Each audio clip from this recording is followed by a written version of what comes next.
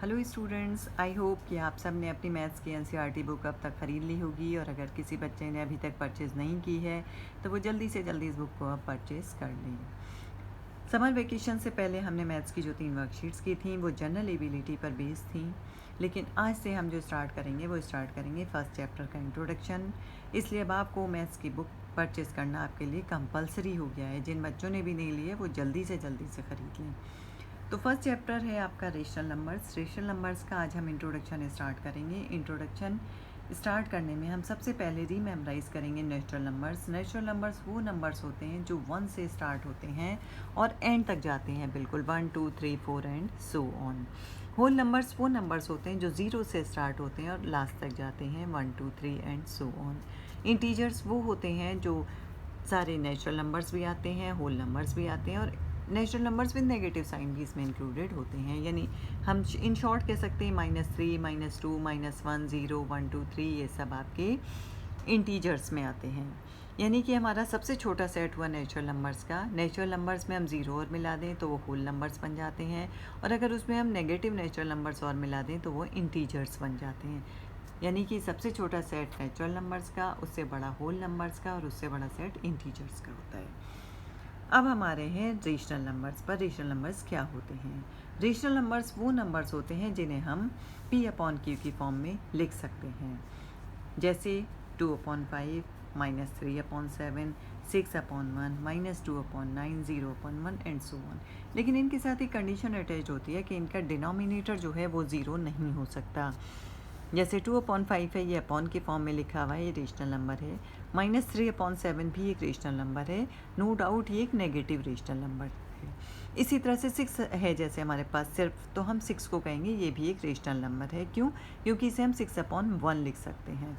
-2/9 भी एक rational number है और 0 भी एक रेशनल नंबर है, क्योंकि आप 0 को 0/1 भी कह सकते हैं, 0.5 भी कह सकते हैं, 0.10 कुछ भी कह सकते हैं, सबकी वैल्यू आपकी 0 ही होती है। लेकिन अगर मेरे पास लिखा हुआ है 2/0 तो ये रेशनल नंबर नहीं होगा। क्यों? क्योंकि इसमें डिनोमिनेटर 0 है और जब डिनोमिनेटर 0 हो जाता है तो वो नॉट डिफाइंड का केस या इनफाइनाइट का केस बन जाता है। अब आप आ जाइए प्रॉपर्टीज़ पे। प्रॉपर्टीज़ क्या होती हैं? सबसे पहली आती है क्लोजर प्रॉपर्टी। क्लोजर प्रॉपर्टी का मतलब है जो भी हम प्रॉपर्टीज़ पढ़ेंगे वो एडिशन, सब्ट्रैक्शन, मल्टीप्लिकेशन और डिवीज़न, चारों के लिए हम उसे ट्रू या फॉल्स जो भी कुछ है वो शो करेंगे। सबसे पहले हम कर रहे हैं closure property for addition. Addition का मतलब हुआ कि दो रेशनल नंबर्स को ऐड करने पर जो भी नंबर आएगा वो भी रेशनल होना चाहिए। इसका हमने एक एग्जाम्पल भी लिया है, 6/9 + 2/9 = 8/9। 6/9 भी रेशनल नंबर है, 2/9 भी रेशनल नंबर है। इन दोनों को ऐड करके जो आया है 8/9 वो भी एक रेशनल नंबर है। इसलिए क्लोजर प्रॉपर्टी जो है वो एडिशन के लिए ट्रू है। इसी तरह हमने सब्ट्रैक्शन लिया है, 3/7 - 1/7 = 2/7। ये भी रेशनल नंबर, ये भी रेशनल नंबर, दोनों को सब्ट्रैक्ट करके जो आया वो भी एक रेशनल नंबर है। इसलिए क्लोजर प्रॉपर्टी जो है वो सब्ट्रैक्शन के लिए भी ट्रू हुई। Now come to multiplication. Multiplication में हमने दो जब रेशनल नंबर्स को मल्टीप्लाई करा तो जो भी कुछ आया वो भी एक रेशनल नंबर आया है, जैसे 2/3 × 5/7 = 10/21। इसका मतलब जो क्लोजर प्रॉपर्टी है वो मल्टीप्लिकेशन के लिए भी ट्रू है। Now come to division. Division का मतलब हुआ जब हम दो रेशनल नंबर्स को डिवाइड करें तो जो कुछ भी आए वो भी रेशनल नंबर होना चाहिए। सपोज 2/3 डिवाइडेड बाई 5/7, तो इसे हम लिखेंगे 2/3 × 7/5 जब हम सिंप्लीफाई करेंगे वो बन जाएगा 14/5। 14/5 is again a rational number.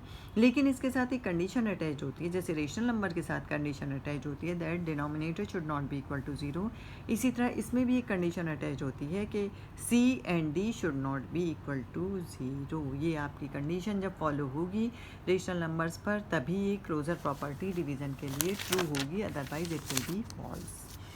अब आ जाइए आप क्यूमुलेटिव प्रॉपर्टी के लिए। क्यूमुलेटिव प्रॉपर्टी आपकी ये भी हम 4 पे ही ट्रू करेंगे, वो प्रूव करेंगे, एडिशन पर, सब्ट्रैक्शन पर, मल्टीप्लिकेशन पर और डिवीज़न पर।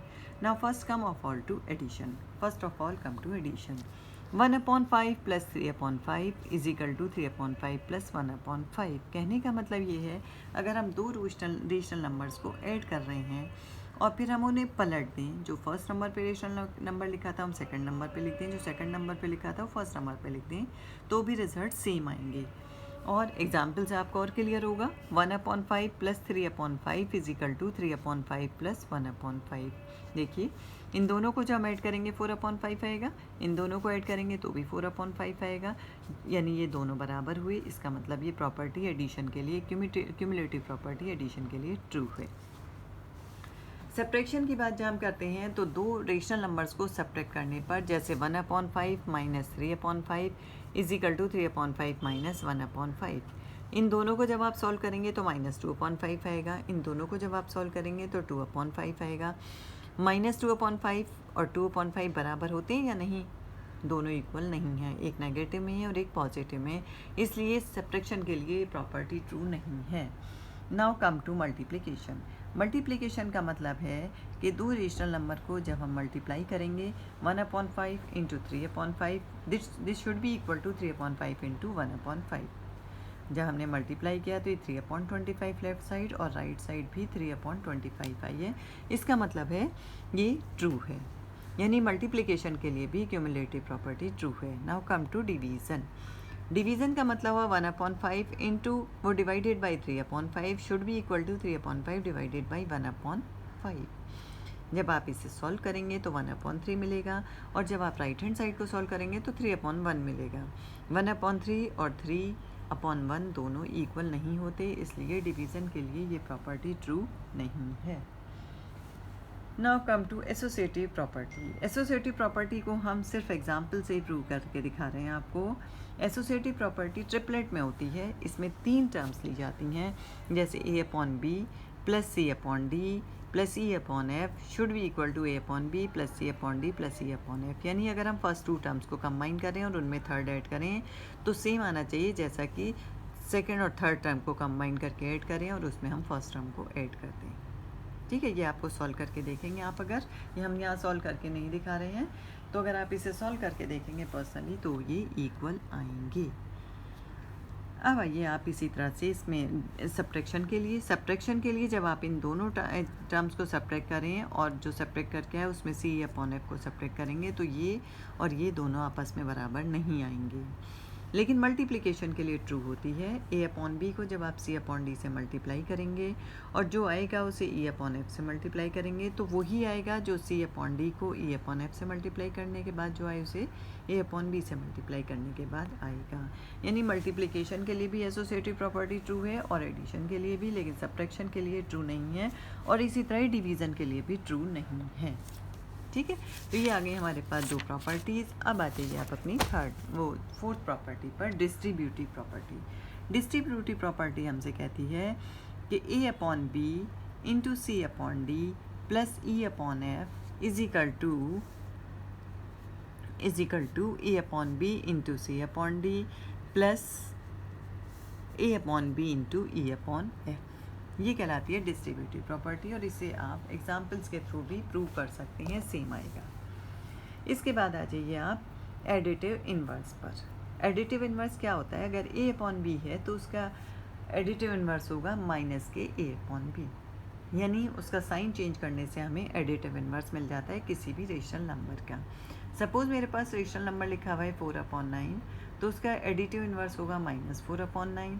और अगर मेरे पास नंबर माइनस में लिखा हुआ है जैसे माइनस के 3/5, तो उसका एडिटिव इन्वर्स होगा 3/5। Now come to multiplicative inverse. Multiplicative inverse कैसे मिलता है? अगर हमारे पास A/B लिखा हुआ है तो उसका मल्टीप्लिकेटिव इन्वर्स होगा B/A, यानी उसका रिवर्स कर देने पर, उसका उल्टा कर देने से उसका मल्टीप्लिकेटिव इन्वर्स मिलता है। यानी 4/9 अगर हम कहें तो उसका मल्टीप्लिकेटिव इन्वर्स होगा 9/4, और अगर हम नेगेटिव नंबर लें कोई जैसे -3/5 तो उसका मल्टीप्लिकेटिव इन्वर्स होगा 5/-3। ये था आपका फर्स्ट चैप्टर का इंट्रोडक्शन। इसके बाद फिर अब हम स्टार्ट करेंगे नंबर लाइन, और नंबर लाइन एक्सप्लेन करने से पहले मैं आपसे ये कहूँगी कि नंबर लाइन के आपने आज मैंने जितना भी आपको ये कराया है ये सब आपको अपने आप लर्न करना है, समझना है और फिर लर्न करना है, और उसके बाद इनको इससे रिलेटेड दूसरे एग्जाम्पल्स लेकर आपको इसकी प्रैक्टिस भी करनी है। नंबर लाइन पर रिप्रेजेंटेशन मैं आपको कल से स्टार्ट करूँगी। आज मैं सिर्फ आपको इतना ही कराऊँगी।